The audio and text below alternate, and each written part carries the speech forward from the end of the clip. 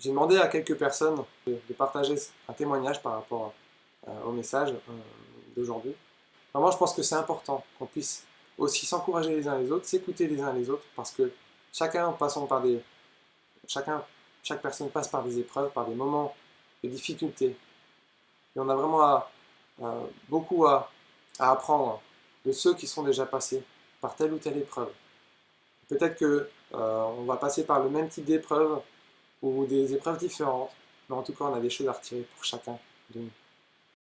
Bonjour. Alors Quentin nous a demandé de vous partager un peu ce qu'on a pu vivre ces derniers mois et surtout l'impact des épreuves sur notre foi. Du coup, j'ai pris quelques notes et donc je voulais partager ça avec vous. En fait, ça a commencé pour nous en août dernier. Ça va faire quasiment un an du coup. Les choses se règlent petit à petit encore à ce jour. Mais voilà, on a pu voir Dieu agir. Nous, de notre côté, c'était des soucis financiers liés à l'entreprise de Mathias. En fait, chaque semaine avait son lot de mauvaises nouvelles, de difficultés. Ça allait de pire en pire. Au niveau de l'accompagnement, on a vraiment été bien entourés auprès des personnes de l'église comme Catherine et Vincent, Héloïse et Jeff, Roar et Giovanni, Pierre et Clémence, Alison et Quentin, etc. Et donc du coup, on s'est vraiment pas sentis seuls. Ils étaient vraiment là pour nous soutenir, nous encourager, de manière concrète aussi, et on les remercie. Et au-delà de toutes ces difficultés, moi personnellement, ça a été vraiment un tournant dans ma vie. J'en voulais plus avec Dieu. Je me suis mise à prier. J'étais vraiment encouragée par Catherine, qui chaque semaine me donnait des challenges de prière. Et du coup, voilà, je me suis mise à prier, à me mettre devant sa face, à rester silencieuse devant lui, à lire sa parole, à le louer, à le remercier, à lui demander son aide. Et du coup, ça a vraiment permis, pour ma part, à dépendre de lui complètement, de le laisser vraiment nous conduire. Ça a permis de lui redonner sa première place, qu'il était le roi de ma vie, de nos vies, et du coup de pas faire humainement, de le laisser vraiment faire. Et ça fait vraiment la différence. On l'a vu agir sur même sur des détails de choses pour nos enfants, par exemple l'école, ou voilà, il a agi avec des personnes qu'on s'attendait pas non plus. Il a tout conduit. Et vraiment, de tout lui abandonner, d'aller vers lui, ça m'a permis, moi, de trouver l'apaisement, de trouver la sérénité et de pas m'agiter en pleine tempête et de savoir vraiment qu'il était avec nous dans la barque et que du coup, on n'était pas seul non plus, qu'il était là. Et voilà, ça m'a vraiment, ces épreuves fait grandir davantage. Ça m'a fait découvrir le cœur à cœur avec mon papa. Ça m'a fait découvrir une paix, un lâcher prise et vraiment de le laisser vraiment agir complètement. En fait, quand on a des mauvaises nouvelles comme ça, que ce soit financier, que ce soit la santé, que ce soit d'autres choses qu'on peut vivre, les premiers sentiments qui peuvent venir, c'est vraiment cette peur. On est déstabilisé, on est découragé, on est attristé, on ne comprend pas, on aimerait s'en sortir et on court un peu dans tous les sens. Et c'est des réactions, je pense, naturelles, mais en fait, je pense que d'orienter les choses à courir vers lui, comme je disais, à le remettre en priorité, ça nous évite de passer des nuits blanches à s'inquiéter, à trouver des solutions humaines. Et voilà, on se réfugie dans ses bras, on lui donne la priorité. Et pour moi, c'est l'honorer aussi. Et, et je pense que Dieu honore toujours celui qui l'honore. On a pu voir aussi du coup cette fidélité, de se dire que notre papa, que Dieu était là avant l'épreuve, qu'il est là pendant, qu'il sera là après. Et je pense vraiment, sincèrement, que Dieu, en fait, il nous attendait. Il attendait que nous, il attendait qu'on rentre dans ce qu'il voulait. Il attendait qu'on le mette en priorité, qu'on vive pour lui. Et je me dis, quelle fidélité, quelle patience il a. Et donc, voilà, ce qui m'a marqué aussi vraiment, c'est de me dire que même dans nos vies, quand on s'éloigne, quand on s'égare, ben, il est toujours là. Il nous abandonne jamais. Et, euh, et voilà pour mon petit partage. Donc voilà, Quentin m'a demandé de parler un petit peu sur la foi, sur ma foi. Et en fait, la première chose que j'aimerais vous partager, c'est comme il est écrit dans la Bible, La foi est une ferme assurance des choses que l'on espère, mais que l'on ne voit pas. Et donc, on peut espérer plein de choses, on peut espérer plein de projets, on peut faire plein de planifications dans notre vie en ayant une foi inébranlable. Ah, j'aimerais être milliardaire. Ah, je vais gagner l'euro million. Ah, mais mais j'ai foi que Joshua sera un grand joueur de foot. Ah, j'ai foi que demain il va faire 40 degrés et qu'il y aura des hamburgers qui tomberont du ciel. On peut mettre cette foi-là en pratique, mais c'est avant tout la volonté de Dieu. C'est la volonté de Dieu qui fait tout. Donc on peut espérer. La foi est une ferme assurance des choses que l'on espère. On peut espérer plein de choses, même de bonnes choses. Mais si ce n'est pas dans la volonté de Dieu, on peut espérer longtemps. Ça, c'est une petite introduction que je voudrais vous faire. Et donc Quentin m'a demandé de parler sur la foi. Donc la foi, je ne vais pas revenir sur ma maladie sans arrêt. Mais en fait, la seule chose que je pourrais vous dire, c'est qu'aujourd'hui, je traverse cette maladie pas pareil que lorsque j'avais 20 ans et que je me suis converti. Je pense que la foi, c'est aussi un travail de tous les jours, c'est quelque chose qui grandit, qui change, comme une sorte de mutation. C'est-à-dire qu'à 20 ans, quand je me suis converti, j'avais une foi tout feu, tout flamme, je voyais toutes les grandes œuvres de Dieu, et pour moi, j'aurais cassé la baraque. Mais par contre, à 20 ans, on m'aurait dit, écoute, à 20 ans, ta vie ne tient plus qu'à un fil, et chaque jour qui passe, ce n'est que par grâce, je ne pense pas que j'aurais bien vécu. Je pense que je me serais écroulé, j'aurais manqué d'expérience avec le Seigneur, j'aurais manqué de conviction, j'aurais manqué de plein de choses. Pourtant, j'étais tout feu tout flamme et j'avais une foi inébranlable à ce moment-là. Aujourd'hui, j'ai 44 ans, aujourd'hui on m'annonce, voilà, ta vie ne tient plus qu'à un fil. Mais je remercie le Seigneur parce que chaque jour que je me lève, c'est une grâce. Et je ne le vois plus de la même façon. Donc on peut avoir foi aujourd'hui d'une chose ou d'un projet qui est dans la volonté de Dieu, et on ne va pas réagir de la même façon que des années plus tôt ou des années plus tard. Donc ça, c'est ce que j'ai envie de vous dire par rapport à la foi, à ma foi à moi, c'est que il est aussi écrit dans la Bible que Dieu permet les choses que l'on sait supporter au moment présent. J'ai une vieille tante qui est décédée, elle disait toujours, pour les moutons tendus, Dieu surveille le vent. C'est-à-dire que pour ces brebis, Dieu sait très bien à quel moment on est capable de supporter, à quel moment on peut avoir la foi et jusqu'où est notre limite. Donc, frère, sœur, si tu vis un moment difficile dans ta vie, remets-toi au Seigneur. Et je ne veux pas dire que c'est normal que tu vis ça, pas du tout, pas du tout. Mais garde la foi. C'est ta foi qui te fera passer la montagne, c'est ta foi qui te fera passer la mer agitée. Et Dieu permet, ou Dieu, jusqu'à un moment, va laisser faire, et puis à un moment, il mettra sa main. Ensuite, par rapport à la foi, une petite anecdote, c'est par rapport à mon grand-père. Bon, pour ceux qui ont connu Pépé Élysée, c'était un homme de Dieu, il était ancien, il a été évangéliste, il a été un moment pasteur, il a ouvert des églises avec Pierre Lannoy en France, enfin il a fait beaucoup de choses dans toute sa vie, mais il n'a pas toujours été chrétien. Et ça, peu de gens le savent. Il avait des origines, bien à lui, bien à nous, à notre famille, et en fait, sa foi l'a démarré vraiment, il a vraiment vu l'œuvre de Dieu bien des années après cette anecdote.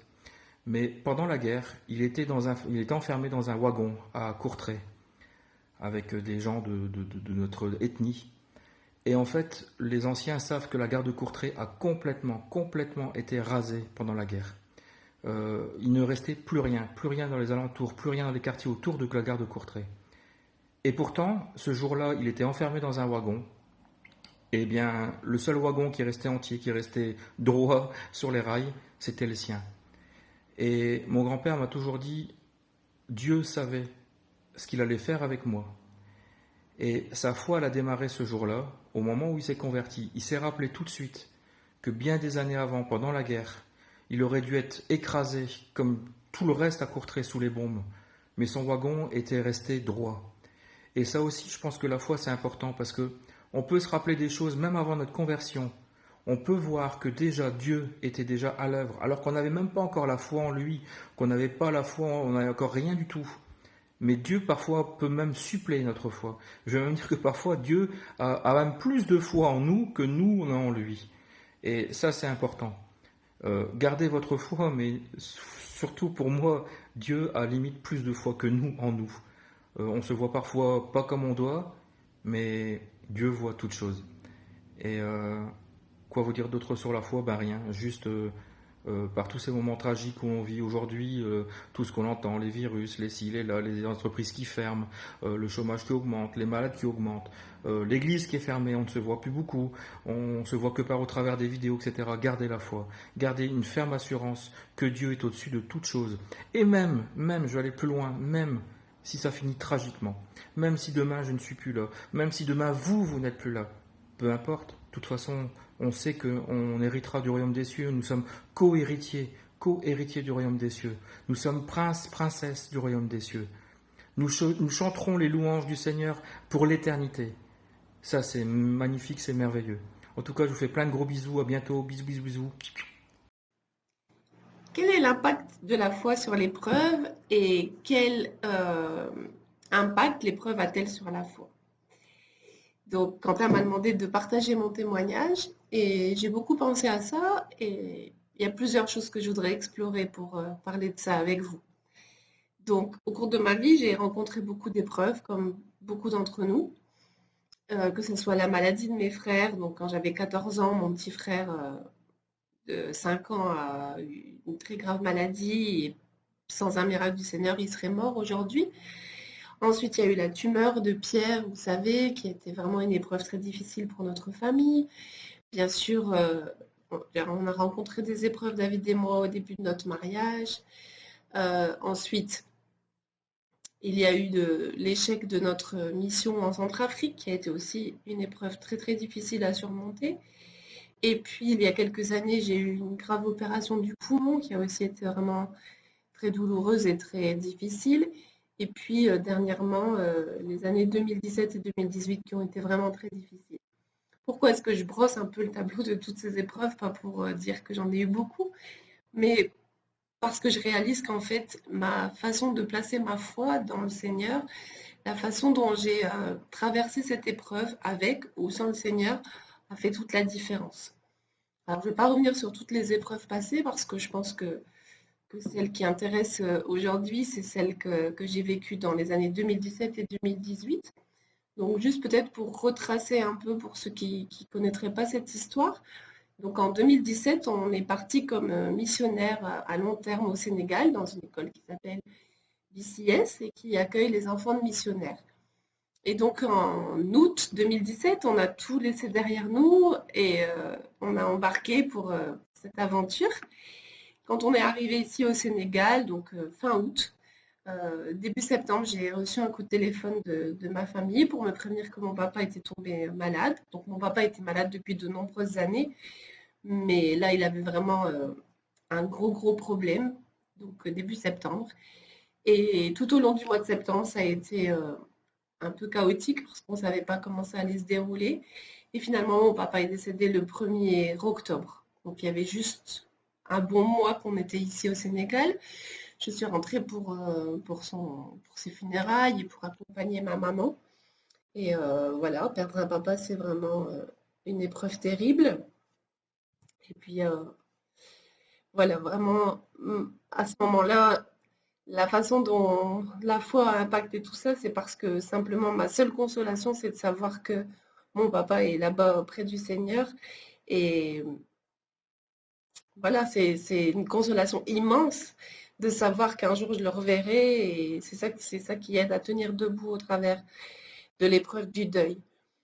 Ensuite, donc, pendant ce temps où j'étais en Belgique avec ma maman, on a eu une discussion mère-fille et quand je suis rentrée ici au Sénégal, j'ai repensé à cette discussion et je me suis rendu compte en fait que j'avais une masse dans ma poitrine qui était apparue et que voilà, je n'avais pas remarqué avant.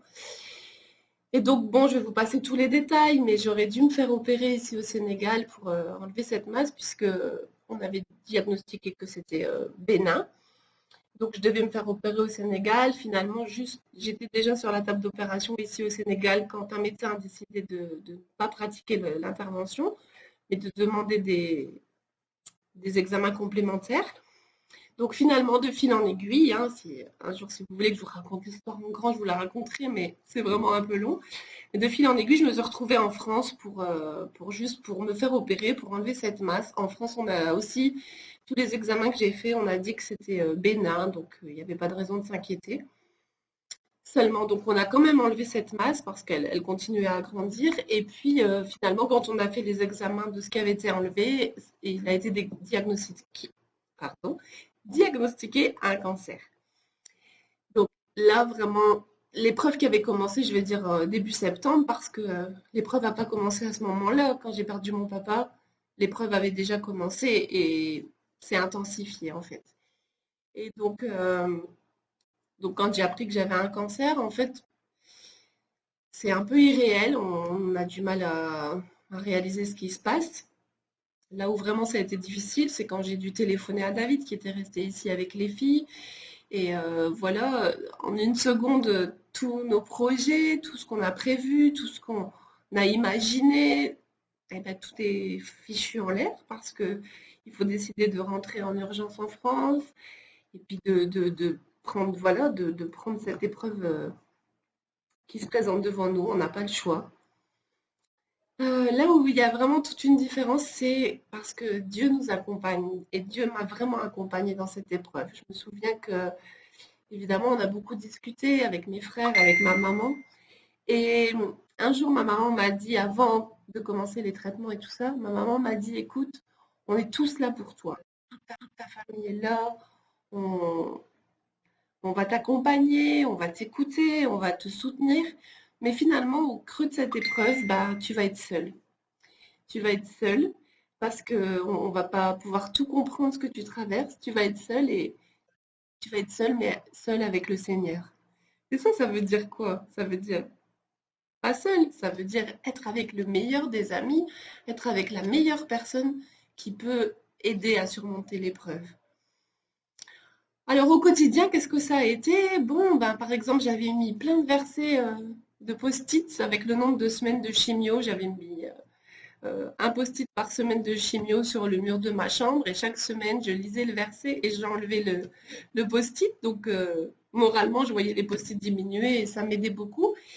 Et puis en plus, vraiment, merci Seigneur, mais chaque fois, chaque verset que je lisais, il était approprié à la semaine que j'avais passée. Alors bien sûr, ça n'empêche que j'ai eu super peur. Il y a plein de choses qui m'ont fait peur, hein. Quand on entend le mot cancer, bien sûr, on a les poils qui dressent, on se dit waouh, qu'est-ce qui va se passer? Jusqu'où ça va aller? Est-ce que je vais m'en sortir? Est-ce que je vais guérir? Est-ce que je vais mourir?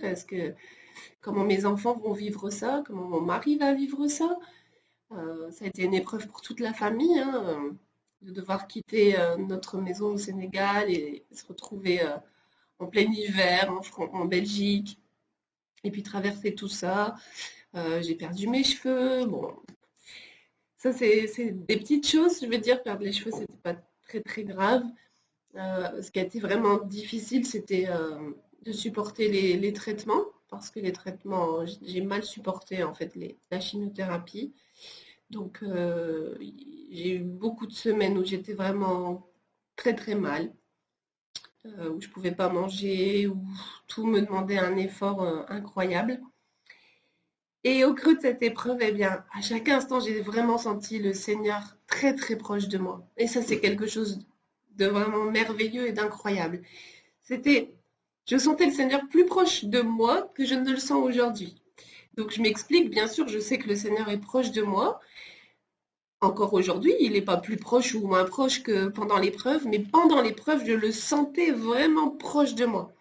D'ailleurs, après, quand l'épreuve a été finie, que j'étais guérie, qu'on est revenu ici, il a fallu un temps d'adaptation pour accepter de ne plus sentir le Seigneur si proche de moi. Vraiment, physiquement, je pouvais sentir sa présence.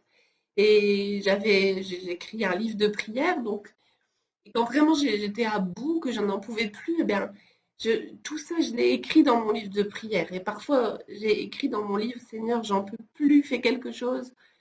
Je me sens mal, je ne sais pas comment sera demain. Au secours, quoi.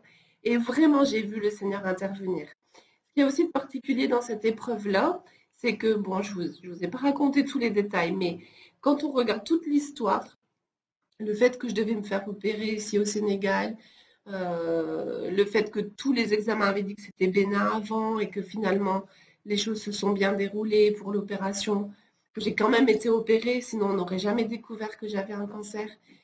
Eh bien, tout ça, ça permet de voir que le Seigneur était à l'œuvre tout au long de l'épreuve. Et souvent, j'ai pensé après, quand on traverse une épreuve, on se dit, bon, je sais que le Seigneur est avec moi, je sais que le Seigneur guide toutes choses, je sais que le Seigneur est au contrôle, mais souvent on ne le voit pas. C'est quelque chose qui se passe dans le monde spirituel ou c'est des choses que Dieu fait et qu'on ne réalise pas. Mais dans cette épreuve du cancer, vraiment, on peut voir les endroits où le Seigneur a mis sa main et où il a dit stop. Là, à cet endroit-là, j'interviens parce que si je n'interviens pas à cet endroit-là, Anne-Cathy, elle va mourir.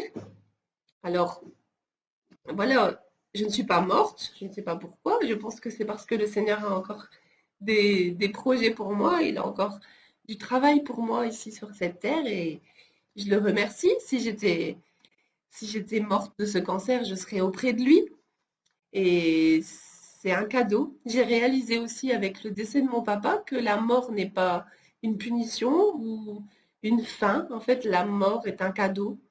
Euh, Vraiment, j'ai réalisé ça, que la mort, c'est la récompense, quelque part. On a toujours l'impression, parce que bien sûr, pour ceux qui restent, la mort de quelqu'un, c'est dur, c'est le deuil, on vit ça comme une injustice, mais pour la personne qui s'en va, c'est un cadeau de pouvoir se retrouver près de Dieu. Alors bien sûr, je remercie le Seigneur de ne pas être morte. Je suis contente d'être restée ici pour prendre soin de mes enfants, pour prendre soin de David. Et ce que vraiment cette épreuve, ces deux épreuves, la perte de mon papa et le cancer, ont encore fait grandir en moi, c'est la compassion pour les âmes perdues. Parce que j'ai réalisé que les gens dans le monde, tout le monde vit des épreuves vraiment terribles. Il suffit de regarder vos amis sur Facebook, ils vivent des deuils, ils vivent des maladies, le cancer, ça touche beaucoup. Dernièrement, avec ce chamboulement mondial avec le corona, on vit tous des épreuves. Mais nous, en tant que chrétiens, on a la chance de traverser ces épreuves avec le Seigneur. Et ça fait toute la différence. De savoir quand on perd quelqu'un qu'on va le retrouver, de savoir que quand on est malade, que même si on meurt de cette maladie, on a un espoir que derrière ce qui nous attend est tellement mieux que ce qu'on vit ici. De savoir aussi que quand on traverse des moments de maladie difficiles, qu'on peut s'appuyer sur le Seigneur, qu'on peut proclamer sa parole, qu'on peut lui crier au secours, qu'on peut lui demander de porter notre douleur pour la partager avec nous, simplement, pour ne pas devoir la porter tout seul. Ça, c'est notre force en tant que chrétien. Et j'ai réalisé que vraiment, ça m'a fait tellement de peine pour les gens qui ne sont pas chrétiens et qui vivent tout ça, la même chose. Et ça a vraiment mis dans mon cœur encore plus de compassion. Vous savez, quand j'ai été opérée du poumon, ça aussi était une épreuve vraiment terrible parce que c'est vraiment très, très, très douloureux. Et j'ai lu sur Internet que la plupart des gens, après cette intervention-là, font une grave dépression. Et je comprends, parce que c'était horrible. Pendant 3 jours, j'étais aux soins intensifs. Et pendant ces 3 jours, j'arrivais pas à parler. Je voyais David, mais j'arrivais pas à lui parler. J'arrivais pas à lui dire j'ai mal, je ne peux pas respirer. J'arrivais pas à lui expliquer. Je pouvais parler que avec le Seigneur. Et vraiment, pendant ces 3 jours aussi, j'ai senti Jésus présent dans ma chambre de soins intensifs. J'ai senti Jésus présent avec moi dans le lit. Et je me souviens que je disais, Seigneur, porte la douleur avec moi. Je ne lui demandais pas de prendre toute ma douleur, je lui disais juste, est-ce que tu peux porter cette douleur avec moi? Parce que si tu n'aides pas, si tu ne portes pas cette douleur avec moi, je vais mourir parce que j'ai trop mal. Et vraiment, le Seigneur a porté cette douleur avec moi. Et c'est ça, j'avais déjà compassion pour les âmes perdues, mais ça a encore rempli mon cœur plus. Il est temps de parler de Dieu autour de nous, de ne pas relâcher nos efforts, de ne pas avoir peur, de parler de lui parce que des tas de gens vivent des épreuves et meurent sans avoir aucun espoir. Et ça, c'est ça que l'épreuve m'a encore fait réaliser et grandir dans mon cœur. Voilà, je pense que c'est tout ça que j'ai vécu au travers de cette épreuve, de savoir aussi que des centaines de personnes priaient pour moi, que mon église de Moucron priait pour moi, que ma famille priait, que nos amis missionnaires priaient, que dans le monde entier, il y avait, sur les 5 continents, il y avait quelqu'un qui priait pour moi. Oh, ça, vraiment, je me suis sentie portée par ça et c'est vraiment tellement important. Vraiment, je voudrais vous encourager aussi, si vous avez des personnes malades dans l'église, dans votre entourage, partagez-le et priez pour eux et faites-leur connaître que vous priez pour eux. Partagez avec vos amis chrétiens. Le fait de sentir qu'il y a une chaîne mondiale de personnes qui prient pour nous, oh, comme ça fait du bien. Vraiment, de se sentir soutenu, de sentir qu'on fait partie d'une famille, que être chrétien, c'est faire partie d'une famille bien plus grande que notre famille physique. Cette famille spirituelle qui prie et qui nous soutient par la prière. Voilà, je pense que j'ai fait un peu le tour de tout ce que j'avais vécu au travers de l'épreuve. Il faut savoir que j'ai pas toujours vécu les épreuves comme les dernières que j'ai vécues. Quand Pierre a été malade, quand il a eu la tumeur au cerveau, j'ai vraiment fait le contraire. J'ai abandonné le Seigneur. J'étais tellement fâchée et ma vie a été vraiment catastrophique. Donc vraiment, s'il faut choisir entre vivre l'épreuve avec le Seigneur ou sans le Seigneur, à 100%, on vit l'épreuve avec le Seigneur. Bye bye.